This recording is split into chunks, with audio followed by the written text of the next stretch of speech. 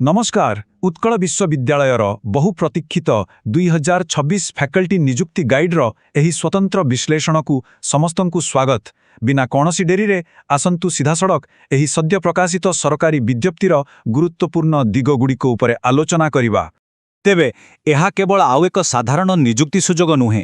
ओडिशार राजधानी भुवनेश्वर रे अवस्थित एक अत्यंत प्रतिष्ठित केंद्रीय स्तरर विश्वविद्यालय रे शिक्षकता करिवार सुजोग मिलिबा सतरे एक गर्भर विषय।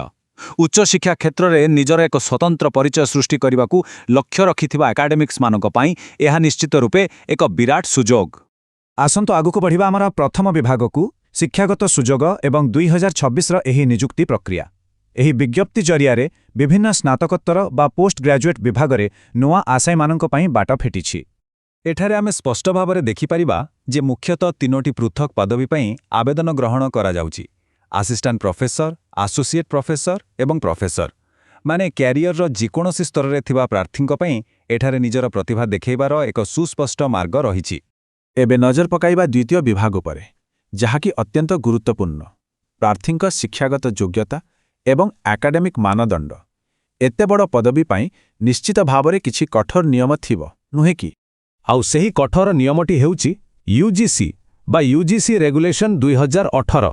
टिके ध्यान दियंतु, एही निजुक्ति प्रक्रिया रे यूजीसी रो एही ऑफिशियल स्टैंडर्ड को मुख्य फिल्टर भावरे व्यवहार करा जाउछि। तेनु स्नातकोत्तर एवं पीएचडी संबंधी समस्त मानदंड संपूर्ण रूपे एही गाइडलाइन उपरे ही आधारित हेबो। सरल भाषारे कहिबाकू गले केवल गोटे साधारण डिग्री धरी पहुँचीगले काम हेब नाही। प्रार्थी मानक पई तीनोटी बाध्यतामूलक आवश्यकता रहिछि। स्नातकोत्तर किंबा पीएचडी डिग्री, उन्नत मानर शिक्षागत योग्यता एवं ता सहित प्रमाणित गवेषणा अभिज्ञता। जो मानकर एकेडेमिक रेकॉर्ड शक्तिशाली एवं रिसर्च क्षेत्र रे भल अनुभव अछि सेमानक पई एहा प्रकृतर एक सुवर्ण सुजोग। योग्यता विषय रे तो आमे जानिले, किंतु आमर तृतीय विभाग अर्थात एही निजुक्तिर गुरुत्वपूर्ण तारीखगुड़िको भूलीगले आदौ चलिब नाही। आसंतु देखिबा 2026 रो एही कठोर टाइमलाइन कौन कहूछि। एही तीनोटी तारीख को निज कैलेंडर रे आज ही मार्क करी रखिनियंतु।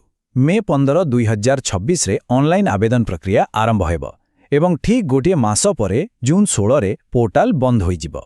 किंतु गोटे कथा ध्यान रखिबे, प्रक्रियाटी सेठी सरुनी। जून 29 तारीख सुद्धा आवेदन रो हार्ड कॉपी विश्वविद्यालय रे पहुंचीबा निहाती दरकार। एठारे आउ गोटे कथा बुझिबा अत्यंत जरूरी। यह एक दुई स्तरीय प्रक्रिया बा डुआल एप्लिकेशन मोड। प्रथम पदक्षेपरे पोर्टाल बंद हवा पूर्वरु ऑनलाइन रे आवेदन करिबाकू पड़िबो एवं द्वितीय पदक्षेपरे सेही ऑनलाइन आवेदनर प्रिंट आउट एवं अन्य दस्तावेजर हार्ड कॉपी को शेष तारीख पूर्वरु फिजिकली पठाइबाकू हेबो। केवल ऑनलाइन रे आवेदन करी छाड़ीदेले फॉर्मटी ग्रहणयोग्य हेबो नाही। एही दुईटी जाक स्टेप पूरण करिबाकू ही पड़िबो।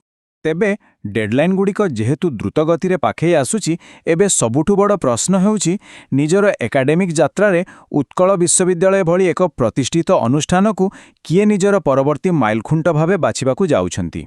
एही कठोर प्रतियोगिता एवं उच्च मानदंड को पार करिबा निश्चित भावरे एक बड़ उपलब्धि हेबो।